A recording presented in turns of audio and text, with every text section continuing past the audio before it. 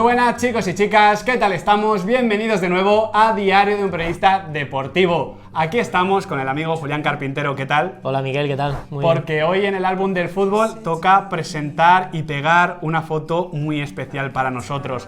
La de Francia 1998, presento este libro, bueno ya está presentado desde hace un tiempo, que escribió un tal Julián Carpintero, no sé si te suena, de algo. Sobre 45 instantes del último mundial del siglo XX. Un mundial muy importante o muy significativo para nosotros porque, bueno, lo vivimos en ese momento en el que te haces futbolero del todo, sí, pero también muy trascendente a nivel histórico porque digamos que cambió bastantes cosas, ¿no? Sí, efectivamente, es como decíamos, el último mundial del siglo XX.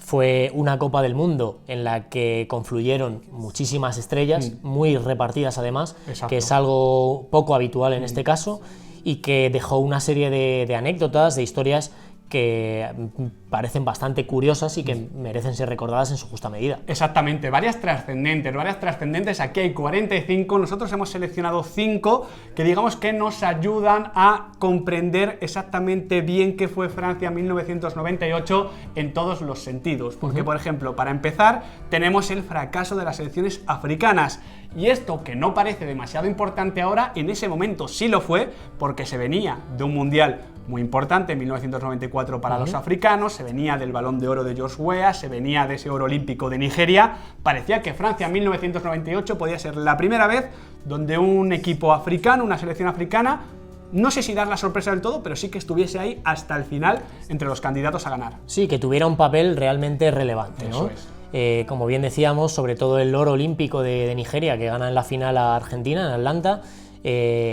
revalorizó y puso en perspectiva el fútbol africano. De hecho, en aquella época ya había grandes jugadores africanos en los principales equipos europeos. Es que parecía que era una cuestión de tiempo de que ese fútbol tan físico arrasase el occidental, tanto el europeo como el latinoamericano. Pero bueno, por unas circunstancias o por otras, al final Marruecos cae en primera ronda, liderados por un gran Mustafa Hadji, que en aquella temporada jugó en el Deportivo y era un futbolista fantástico. Camerún, que en sus filas tuvo al jugador más joven de aquella Copa del Mundo, un tal Samuel Eto'o. No sé si a alguien le sonará. Con el tiempo fue el mejor delantero del mundo. También cae en primera fase. Sudáfrica, que jugaba el primer mundial de su historia tras el apartheid, también es incapaz de superar la primera ronda.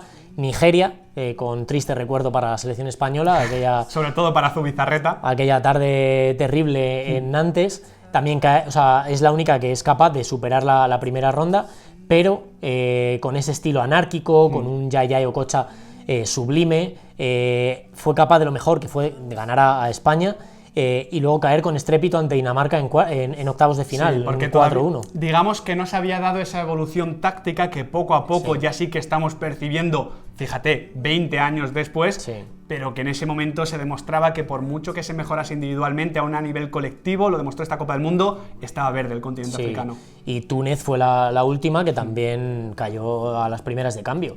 De hecho, hubo una polémica bastante importante con Franz Beckenbauer, y es que dijo que la FIFA tenía que limitar el número de equipos africanos en una Copa del Mundo. Entonces, bueno, al final, como bien decías, con el paso de los años hemos tenido ahí a la Costa de Marfil de Drogba, a la Ghana de Sien, que fue al final el que mejor la ha hecho, salvo por ese paradón de Luis Suárez, hubiese metido en semifinales. En semifinales del Mundial Africano, además. Entonces, bueno, África nos dejó a todos un poquito con las ganas. Exactamente. En ese mundial también se vive, digamos, el apogeo, tú me lo has tildado como la oda del 4-4-2, que es el sistema dominante en ese momento. Luego lo termina matando el 4-2-3-1, el 4-3-3, ya lo comentamos en ese vídeo que grabamos sobre el fin de los delanteros clásicos, pero en ese día el 4-4-2 es que era mucho más que ahora cualquier sistema, era el 80-85% de los equipos y de las selecciones. Exceptuando quizá las selecciones de Europa del Este, como Croacia o Rumanía, o Inglaterra, que jugaba con defensa de 3 y 2 carrileros muy largos, prácticamente todos los equipos jugaban en 4-4-2. Al final, los dos puntas se mantenían en ese tipo de sistema también. Eso es. Sin ir más lejos, decían que la Brasil de Mario Zagallo era muy europea por jugar en 4-4-2. Italia jugaba en ese 4-4-2. Todas las grandes jugaban con dos mediocentros, un doble pivote, en dos interiores o extremos más abiertos y los dos delanteros. cada uno hacía lo que tenía que hacer, lo tenían muy claro. Lo podemos explicar en clave selección española, Raúl Fernando Morientes. Eso es. A pesar del primer partido en el que Clemente decidió innovar un poquito con Iván Campo de lateral derecho y una defensa un tanto extraña, España también jugaba en el 4-4-2, estaba en esa ola del 4-4-2. Pero bueno, parece que también ese final fue el final de ese mundial, fue el final del 4-4-2 y, como decías, la introducción al 4-2-3-1, al 4-3-3, 5-4-1, etc. Sí, digamos que fue, o que ha sido, en la Copa del Mundo de Francia 1998, el último mundial de una época. Sí. Me parece importante reseñarlo a nivel táctico, a nivel emotivo, a nivel individual, del perfil de los futbolistas, aunque es verdad que también, por ser ese final de una época, fue el comienzo de otra, ¿no? Un mundial muy bisagra porque, por ejemplo, tenemos lo que sucede con Alemania. Alemania cae con estrépito en este mundial. Esto no es normal, lo del año pasado en Rusia 2018 fue una anécdota histórica porque venía de estar en semifinales o cuartos de final un montón de campeonatos, de ser campeón evidentemente del mundo en Brasil 2014. Todos esos éxitos, todo ese cambio del fútbol alemán empieza en esa derrota, seguramente en esa derrota. Exacto, Alemania necesitaba una derrota, además, como has dicho, con estrépito ante Croacia.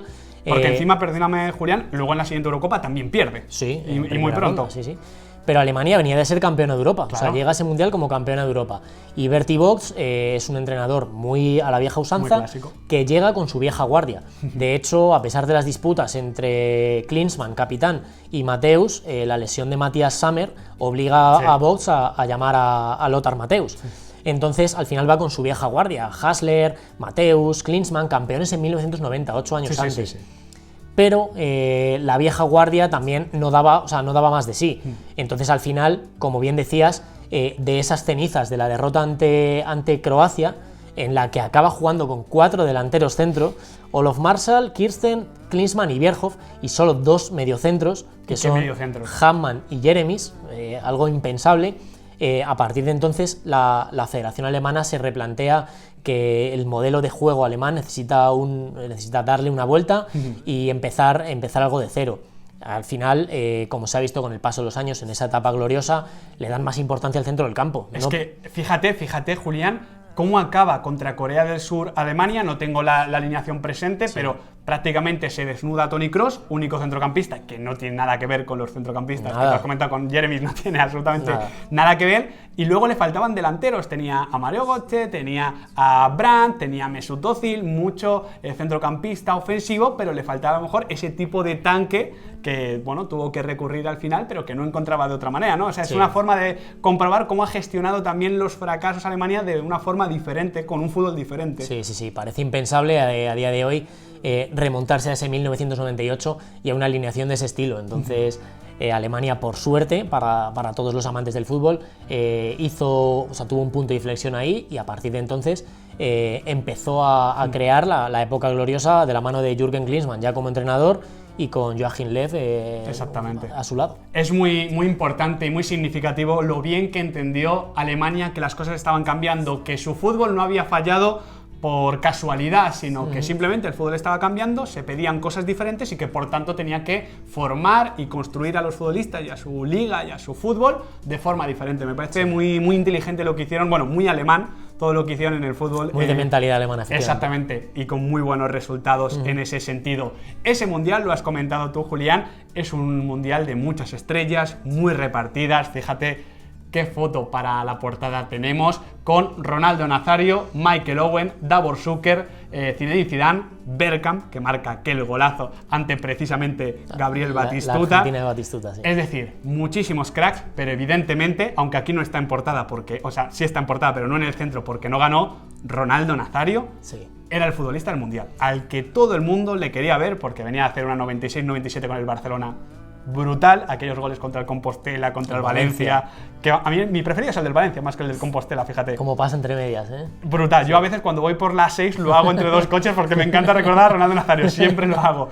Y luego con el Inter de Milán, esos primeros años son brutales hasta la lesión.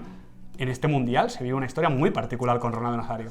En aquella época, como has dicho, Ronaldo era el Jordan del fútbol. Era un icono publicitario con el mítico anuncio del aeropuerto. Su sonrisa. Sí. Es que en ese momento había jugado solo en el Barcelona, pero estoy seguro que todos los madridistas eran también de Ronaldo Nazario. Era imposible no ser de Ronaldo Nazario en aquella época. Y venía de una temporada un tanto complicada, que había sido la de su adaptación a la Serie A, en aquella época fue el fichaje más caro de la historia, y venía, como decíamos, de una temporada complicada en la que Moratti le exige mucho. Pero va más, al menos. Sí, o sea, hace una temporada muy buena, pero quiero decir que era una temporada en la que había estado muy exigido. Tenía muchos compromisos publicitarios. Antes del Mundial, Ronaldo había jugado 64 partidos ese año. Había estado, me parece que en 9 países, en 3 continentes distintos. Llegaba agotado. Sí. Pero al final era la estrella de Brasil, probablemente el mejor jugador del mundo, bueno, sin ninguna duda. Sí. Y en el primer partido contra Escocia no marca, pero ya le empiezan a exigir. Marca contra Marruecos, hace un mundial muy bueno, pero antes de la final tiene aquel extraño episodio que se denominó epilepsia en su día, que ha estado rodeado de mucha opacidad, ¿no? Que se entiende que es un ataque de ansiedad, en realidad. Sí, efectivamente, es porque estaba tan presionado, porque Brasil necesitaba el pentacampeonato y no se hablaba de otra cosa que el pentacampeonato. Y antes de la final del Mundial se filtra, dan la alineación y aparece el mundo en su lugar. Hay mucha confusión. Susana Werner, la que era su novia entonces, aparece llorando en la zona de prensa. Aquellas horas previas es que parecía una telenovela. Sí, y no se sabía muy bien qué pasaba. Al final dicen que ha sido un error, Ronaldo acaba jugando el partido, pero hace una final muy mala entre Desailly y Frank Leboeuf, lo anulan por completo y toca muy poquitos balones. O sea, apenas tiene una intervención, se da un golpe terrible con Barthez. Y después de todo, cuando ya pasó el Mundial, Brasil digirió en la medida de lo posible la derrota, se empezó a esclarecer un poquito qué es lo que había pasado con Ronaldo. De hecho, tanto Zagallo como Roberto Carlos son llamados al Parlamento brasileño a declarar porque se abre una investigación. Brasil ya sabemos que también es muy exagerada en cuanto al fútbol, es muy... ¿Qué vamos a decir? Es muy visceral, y resulta que lo que le había pasado a Ronaldo era que mientras estaba en la habitación descansando, su cuerpo sufrió una especie de parálisis, un colapso. En la que perdió el conocimiento, estuvo a punto de tragarse la lengua. César Sampaio tuvo que introducirle la mano para que no se tragara la lengua, le hicieron pruebas en un hospital de París, y a día de hoy todavía no sabemos muy bien si es que realmente Nike presionó a Zagallo para que lo pusiera, si fuera la propia Confederación Brasileña. El caso es que Ronaldo jugó, hizo una final... Sí, jugó entre comillas. Sí, estuvo en cuerpo, pero no en mente, y fue algo que le persiguió durante mucho tiempo hasta 2002, hasta el siguiente ganar. Mundial, donde, bueno, para mí Rivaldo hace un Mundial muy bueno en 2002 y no se valora tanto, pero evidentemente Ronaldo Nazario es el icono, encima con el pelo, el mochillo final, en el pelo, que en España se popularizó, todos los niños llevaban ese... Terrible. Sí, ese cortecito césped muy extraño, pero es que era Ronaldo Nazario y era más que un futbolista, más que una estrella. Era un icono, claro. Exactamente. No gana el Mundial en 1998, en parte porque llega otra gran estrella que llegaba al Mundial de una forma particular, pero que comienza su leyenda ahí. O sea, Zinedine Zidane empieza a ser Zinedine Zidane a cabezazos, que es una historia que también acaba a cabezazos, en la final de París. Sí, Zinedine Zidane al final, cuando termina el Mundial y Francia gana, hay una imagen proyectada sobre el Arco del Triunfo con la imagen de Zidane y la gente gritando "Zidane presidente". Y hubiese ganado. Sí, seguramente. Pero al final antes del Mundial fue una lucha de Zidane contra sí mismo, o sea, consigo mismo, porque por muy extraño que nos pueda parecer a día de hoy, Zidane tenía fama de gafe. Porque había perdido 3 finales europeas en las 3 temporadas anteriores, una de Copa de la UEFA con el Girondins de Burdeos, y 2 de Champions League con la Juventus, una contra el Borussia Dortmund y otra contra el Real Madrid. Siendo sobre todo un equipo superior, que es superior al Dortmund y al Real Madrid en la teoría, aunque luego en la práctica no lo fue tanto. Sí, pero sobre el papel eran muy superiores. Eran los favoritos. Tenía esa presión extra también de que se rumoreaba que tanto él como Blanc, los pesos pesados del vestuario, habían vetado a David Ginola y a Eric Cantona para Aimé Jacquet. Entonces se sentía responsable también de liderar a esa Francia en su Mundial. Tiene una circunstancia muy particular, que es que es expulsado por roja directa en el partido contra Arabia Saudí, y se pierde el tercer partido de la fase de grupos contra Dinamarca y los octavos de final agónicos contra Paraguay con el gol de oro de Blanc. Vuelven cuartos, vuelven la semifinal y a pesar de hacer un buen fútbol se le exige que marque, pero Zidane no había marcado hasta el momento de la final, en el que por fin se libera, como bien has dicho, a base de cabezazos. Que dos saques de esquina, es que además no es que remate, es que revienta el balón. Va con el alma, no con la cabeza, y al final empieza a escribir, como decíamos, su propia leyenda, tanto la suya como la de Francia, que se borda por primera vez la estrella en el pecho. Claro, porque además la última imagen del Mundial, que sirve también para pegarlo como foto de este álbum del fútbol, es Laurent Blanc, Desailly y Zidane con la Copa del Mundo, son ellos tres, ¿no? Sí. Representando a las tres Francias. Sí. Y venimos de un Mundial donde se hubiese podido decir algo muy parecido con Hugo Lloris, con Griezmann, con Matuidi y con Kylian Mbappé o con Paul Pogba. Sí. Ejemplos de todo tipo de una Francia multicultural que tenía una pulsión social y que la siguió teniendo muy importante, pero que al menos a través del fútbol se canalizó de la mejor de las maneras posibles, que eso es muy importante, y más cuando el Mundial se celebra en tu casa y lo ganas. Al final, tanto la historia como el fútbol son cíclicos. Claro. Y mira, en las semifinales Thuram, el héroe de toda Francia, que marca, y luego es un tití. Y en la final pues tenemos a Griezmann, tenía a Zidane